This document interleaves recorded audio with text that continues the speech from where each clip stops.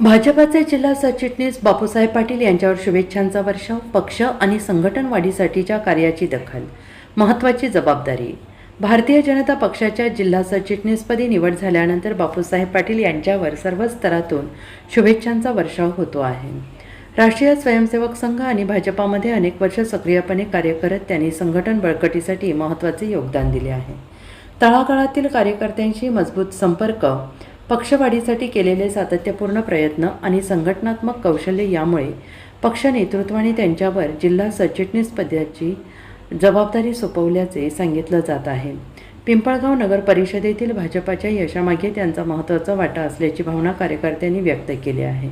येत्या काळात मंत्री गिरीश महाजन, जिल्हा अध्यक्ष यतीन कदम यांच्या मार्गदर्शनाखाली विकास कामांना गती देताना पक्ष संघटना अधिक मजबूत करण्यासाठी ते प्रभावी भूमिका बजावतील असा विश्वास व्यक्त केला जातो आहे. मी गेल्या 20 ते 25 वर्षापासून भारतीय जनता पार्टीचं काम अत्यंत प्रामाणिकपणे आणि एकनिष्ठतेने करत आलेलो आहे.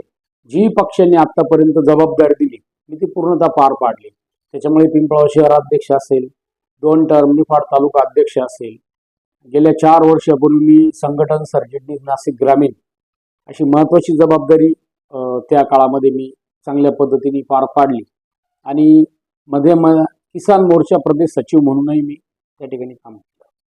नक्कीच कामाची पावती हा भारतीय जनता पार्टी कधी ना कधी कार्यकर्त्याला देत असतो आणि तीच संधी परत मला उत्तर जिल्हा सरचिटणीस म्हणून माननीय जिल्हाध्यक्ष यतीनजी कदम, त्याचप्रमाणे डॉक्टर राहुलजी आहेर आणि तसेच आमचे कुंभमेळा मंत्री गिरीश भाऊ महाजन यांच्या माध्यमातून मला ही जबाबदारी मिळाली.